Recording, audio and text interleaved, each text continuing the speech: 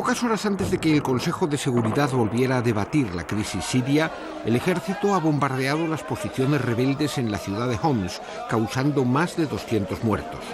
Ha sido el último y más sangriento episodio de la lucha que desde hace casi un año confronta a grupos democráticos que pretenden extender a Siria los efectos de la llamada primavera árabe y a las fuerzas represivas del régimen despótico de Bashar al-Assad, que se aferra encarnizadamente al poder.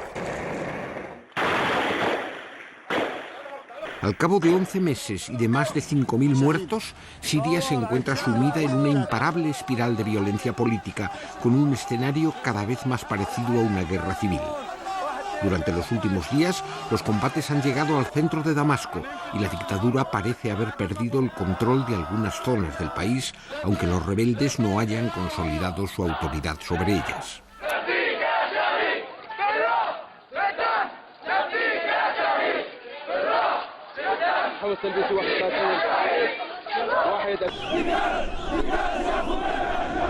Los sueños de libertad que un año atrás se extendieron por el mundo árabe tras florecer en Túnez y Egipto amenazaron también a la tiranía de Bashar al-Assad en Siria. Al principio pareció posible una negociación que abriera un proceso democratizador, pero la intransigencia de la dictadura, que desató una brutal represión militar, frustró aquellas esperanzas.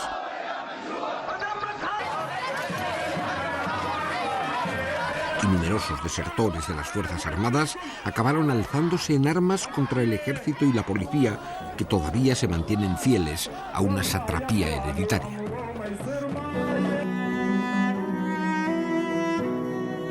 El régimen de los Assad, desde su fundación por el patriarca Hafez al-Assad, padre del actual gobernante Bashar, es el fruto de una alianza entre la minoría alawí, que será el 10 o el 15% del país, y sectores de la burguesía suní de Alepo y de Damasco.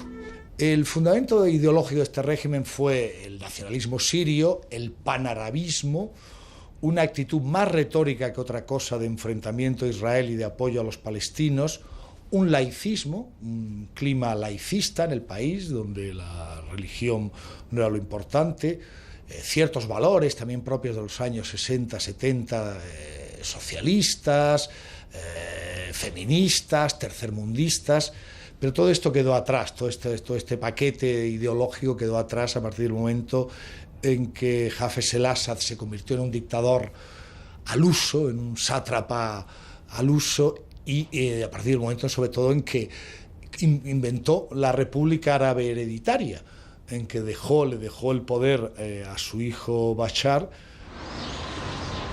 El régimen sirio es un régimen que se caracteriza por el poder absoluto desde hace 40 años y por la violación masiva de derechos humanos.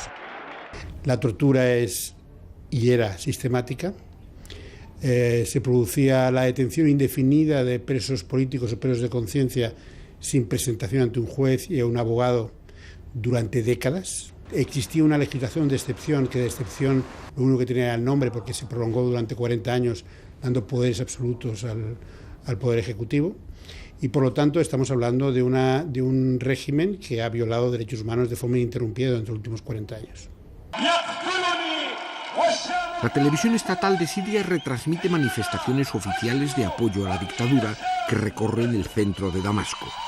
En los suburbios de la capital el clima es muy distinto, con rebeldes encapuchados que claman por las libertades desafiando a la policía política.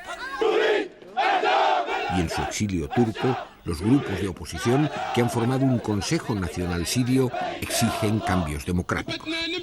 La revuelta popular que se inicia en Siria en marzo de 2011 se entronca absolutamente en la primavera árabe. Las situaciones en los países árabes donde ya había habido movimientos de protesta, Túnez, Egipto y Libia, eran muy semejantes a las sirias en lo que hace a existencia de una dictadura prolongada en el tiempo, gran corrupción administrativa y una población juvenil urbana profundamente descontenta. Pero en Siria hubo una represión feroz y sectores del ejército sirio empezaron a desertar, no querían disparar contra los manifestantes.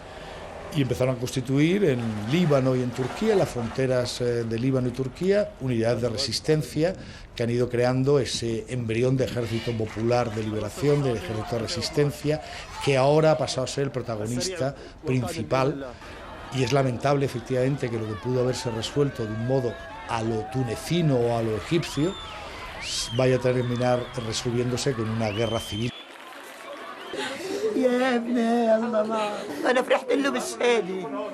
Estamos hablando de que al menos hasta diciembre, finales de diciembre, 190 personas habían muerto bajo custodia.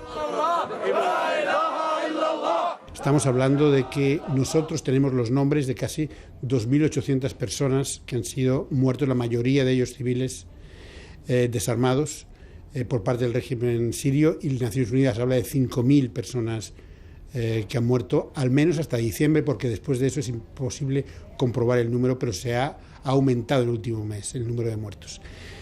Estamos hablando de que ha habido 200 menores de edad que han muerto bajo disparos de las fuerzas de seguridad, que ha habido tantos detenidos que las cárceles no daban abasto, incluso en un régimen como el sirio, y han utilizado estadios, hospitales, escuelas como centros de detención también.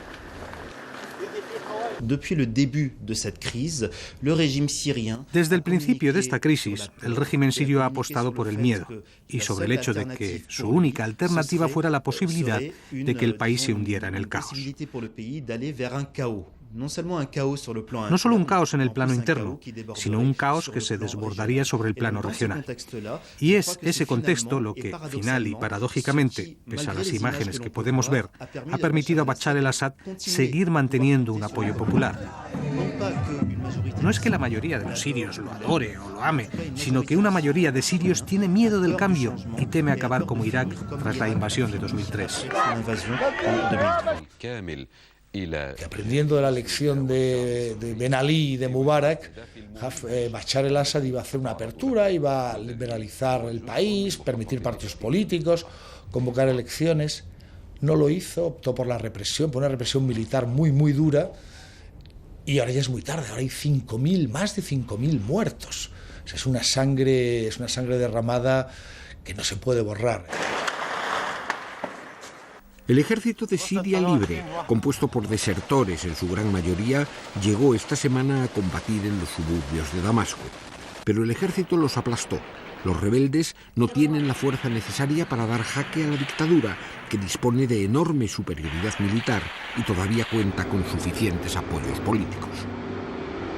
No solamente el régimen sirio consigue mantenerse mediante la represión, sino que además ningún Estado, sea regional o internacional, está dispuesto a emprender una operación militar en Siria por miedo al caos que evoca el propio régimen sirio.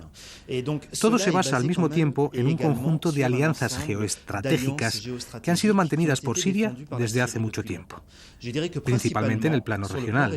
La relación entre Siria e Irán garantiza un apoyo a Siria, y también en el plano financiero Irán es muy importante para Siria, pero igualmente sobre el plano logístico, por los suministros iraníes a Siria de todo el arsenal represivo. La Liga Árabe, es curioso, la Liga Árabe, que no es una organización revolucionaria, ni mucho menos, que tiene bastantes miembros autocráticos todavía en su seno, ha tomado la decisión de que los Assad deben de salir y dejar el poder y dar paso a una transición democrática. Esta es más o menos la idea europea, de la mayoría de países europeos, con Francia a la cabeza, y de Estados Unidos. Sin embargo, está claro que Rusia, principalmente, para la que Siria es su última vía de acceso al Mediterráneo y a Oriente Próximo, está dispuesta a seguir apoyando al régimen de los Assad. La Liga Árabe condena a la tiranía de Bachar el-Assad y pide su relevo. Pero su sanción moral no es suficiente, y los debates en el Consejo de Seguridad de la ONU denotan la impotencia de la diplomacia internacional, bloqueada por el temor de Rusia a perder a su último aliado en el Mediterráneo. Esta es una crisis que debe de resolverse pacíficamente y en ese orden los Estados Unidos creen que el presidente Assad debe irse y permitir que otros inicien un proceso negociador de una transición política. El Consejo de Seguridad no es competente en este tema, no puede prescribir recetas para un proceso político interno.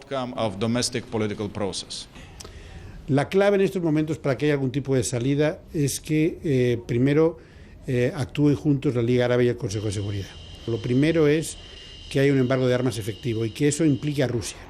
Pues Rusia, la principal razón que está, por la cual sigue apoyando al gobierno de Siria y se niega a poner en práctica ninguna medida del Consejo de Seguridad, es que sigue mandando armas semanalmente a Siria. Si el régimen de Bachar el-Assad llegara a caer bruscamente y si la transición no estuviera bien calculada de antemano, yo creo que no solamente podría haber un gran riesgo de libanización en Siria, sino que tampoco se podría excluir que otros estados de la región, como el Líbano, por ejemplo, pudieran seguir el mismo camino y entonces abundar en un caos que no será nada positivo para el futuro próximo.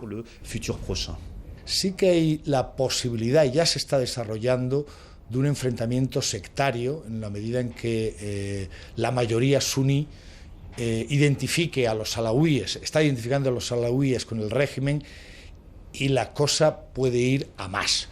La cosa puede ir a más y transformarse en una libanización, iraquización, balcanización, como quiera que la llamemos, en la que cada comunidad se vaya adueñando de determinadas zonas del país y sea una cosa como la que vivimos en Líbano en los 80, un todos contra todos. A nadie interesa precipitar un caos en Siria. Estos días, el 30º aniversario de una revuelta popular que se saldó con miles de muertos, evidenció que la violencia política ya no basta como garantía de permanencia en el poder. Aún puede prolongarse la agonía política de la tiranía, pero nadie apuesta por el futuro de un Bachar el-Assad que ya no se exhibe en actitud triunfante, sino visitando a sus centuriones en el hospital militar, mientras sus fuerzas armadas bombardean sin piedad a la población civil.